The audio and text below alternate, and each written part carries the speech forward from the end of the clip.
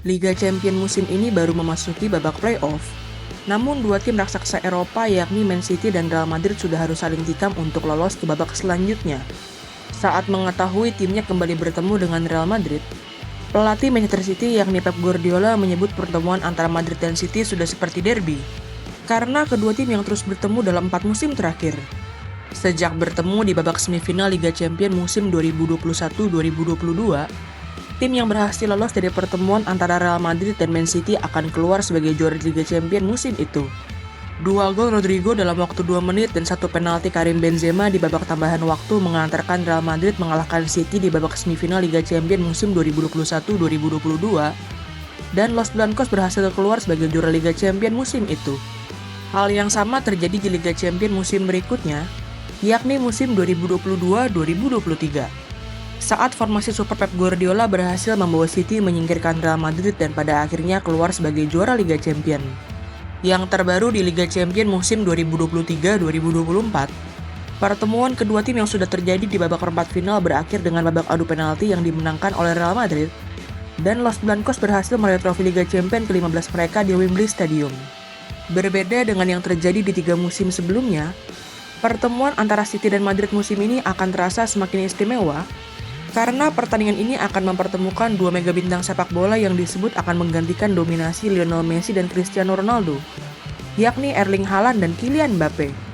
Kepindahan Kylian Mbappe ke Real Madrid di awal musim ini membuat mega bintang asal Prancis itu akan bertemu dengan Erling Haaland yang baru saja memperpanjang kontraknya bersama City.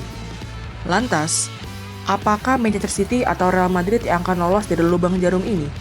Yuk, simak ulasannya dalam video ini. Sebelum menonton video ini lebih lanjut, boleh like, komen, subscribe, dan share ke teman-teman kalian ya. Serta nyalakan juga loncengnya agar tak ketinggalan video terbaru dari Bench Football Indonesia.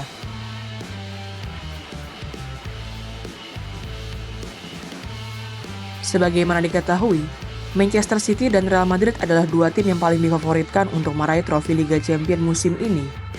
Sebelum bergulirnya Liga Champions musim 2024-2025 dengan format baru, Opta Analis merilis prediksi mereka mengenai tim mana yang akan memenangkan Liga Champions musim ini. Manchester City asuhan Pep Guardiola menjadi tim yang paling dijagokan untuk meraih trofi si kuping besar, yakni dengan persentase sebesar 25,3%.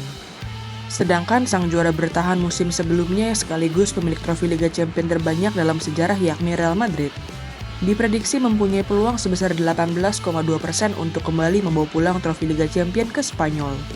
Meskipun demikian, perjalanan City dan Madrid sebagai 2 tim yang paling dijagokan di Liga Champions musim ini justru tidak berjalan dengan mulus. Sebagaimana diketahui, format baru Liga Champions yang membuat pertandingan yang dimainkan menjadi semakin banyak menuai banyak kritikan dari pelatih maupun pemain.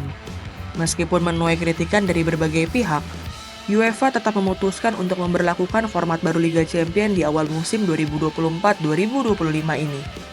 Format baru Liga Champions tidak lagi membagi klub-klub ke dalam beberapa grup yang diisi oleh 4 klub di setiap grupnya dan memainkan laga kandang serta tandang, melainkan membuat satu klub akan bertemu dengan 8 klub yang berbeda dalam format liga. Jumlah 8 pertandingan yang dimainkan oleh setiap klub membuat setiap klub memainkan jumlah pertandingan yang lebih banyak daripada format lama Liga Champions yang hanya memainkan 6 pertandingan. Walaupun baru berjalan di musim ini, format baru Liga Champions yang mirip dengan European Super League itu sudah menuai banyak korban, termasuk 2 klub raksasa Eropa, yakni Manchester City dan Real Madrid. Sebagai 2 tim yang dianggap mempunyai skuad mewah dan merupakan kandidat utama untuk meraih trofi si kuping besar, perjalanan City dan Madrid di Liga Champions musim ini justru menemui jalan yang terjal dan berliku.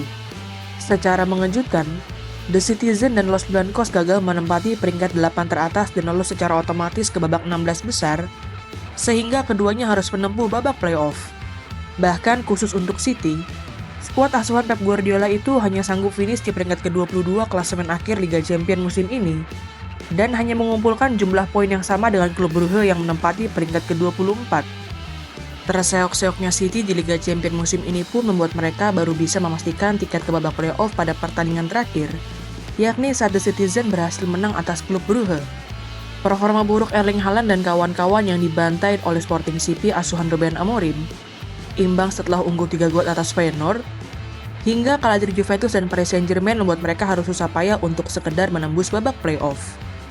sedikit lebih baik daripada City. Namun performa Real Madrid di Liga Champions musim 2024-2025 tetap tidak mencerminkan kualitas yang dimiliki oleh skuad asuhan Carlo Ancelotti itu.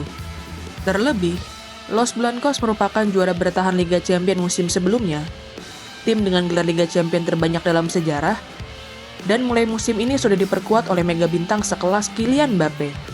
Dari 8 pertandingan yang dimainkan di fase grup Liga Champions musim ini, Real Madrid harus 3 kali menelan kekalahan, yakni saat menjalani laga tandang melawan Lille dan Liverpool, serta saat menjamu AC Milan di Estadio Santiago Bernabeu.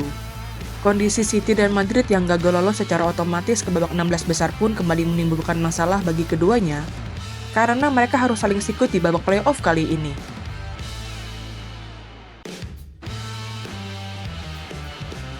Performa buruk yang ditunjukkan oleh Manchester City dan Real Madrid di fase grup Liga Champions musim ini tidak terlepas dari badai cedera yang menimpa kedua klub itu.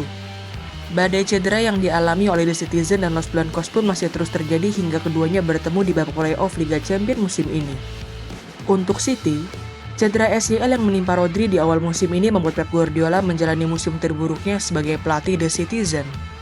Cedera ACL yang diderita oleh Rodri membuat peraih Ballon d'Or tahun 2024 itu dipastikan tidak akan bisa bermain untuk City saat bertemu dengan Real Madrid.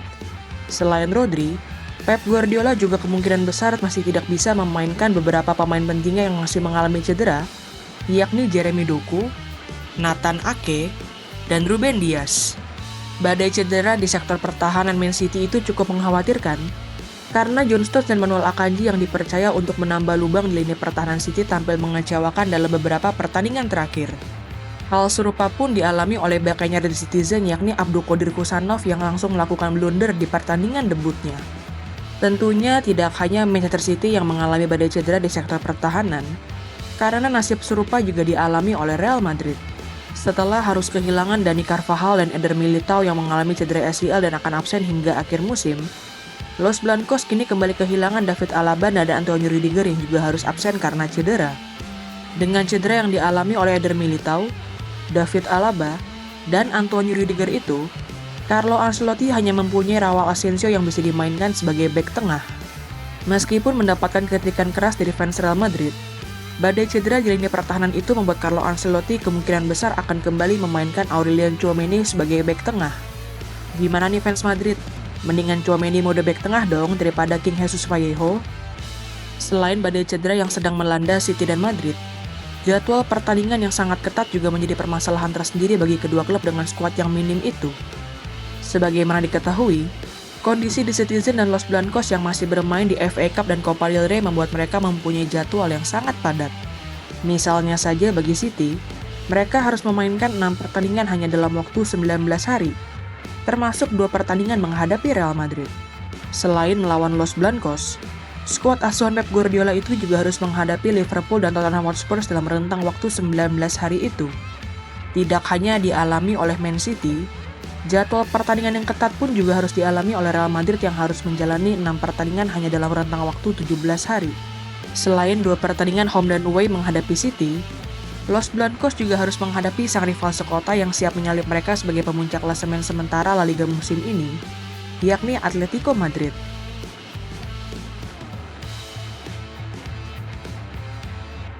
Kehadiran Lionel Messi dan Cristiano Ronaldo dalam dunia sepak bola memang merupakan sebuah fenomena yang akan sangat sulit untuk diulangi oleh pemain sepak bola manapun. Dominasi keduanya selama 2 dekade membuktikan Messi dan Ronaldo tidak hanya mengandalkan bakat untuk menjadi pemain sepak bola terbaik, namun juga kerja keras dan konsistensi. Sepanjang tahun 2008 hingga tahun 2023 yang menjadi dominasi Cristiano Ronaldo dan Lionel Messi sebagai pemenang Ballon d'Or, hanya ada 2 pemain yang berhasil memutus dominasi keduanya. Pemain pertama yang berhasil melakukan hal itu adalah Luka Modric. Keberhasilan Luka Modric membawa Real Madrid memenangkan trofi Liga Champions tahun 2018 dan membawa Kroasia mencapai final Piala Dunia pertama sepanjang sejarah, membuatnya terpilih sebagai peraih Ballon d'Or edisi tahun 2018. Selain Luka Modric, pemain sepak bola yang berhasil memutus dominasi Lionel Messi dan Cristiano Ronaldo sebagai pemenang Ballon d'Or adalah Karim Benzema di tahun 2022. Kontribusi sangat besar Karim Benzema yang berhasil membawa Real Madrid memenangkan trofi La Liga dan Liga Champions musim 2021-2022 membuatnya terpilih sebagai pemenang Ballon d'Or edisi tahun 2022. Setelah era Lionel Messi dan Cristiano Ronaldo, dua nama bintang sepak bola yang sudah bersinar sejak usia muda yakni Erling Haaland dan Kylian Mbappe disebut sebagai dua pemain yang akan menggantikan dominasi Messi dan Ronaldo. Bakat istimewa dan kebintangan keduanya yang sudah berlangsung sejak usia muda membuat Erling Haaland dan Kylian Mbappe disebut akan mendominasi penghargaan Ballon d'Or.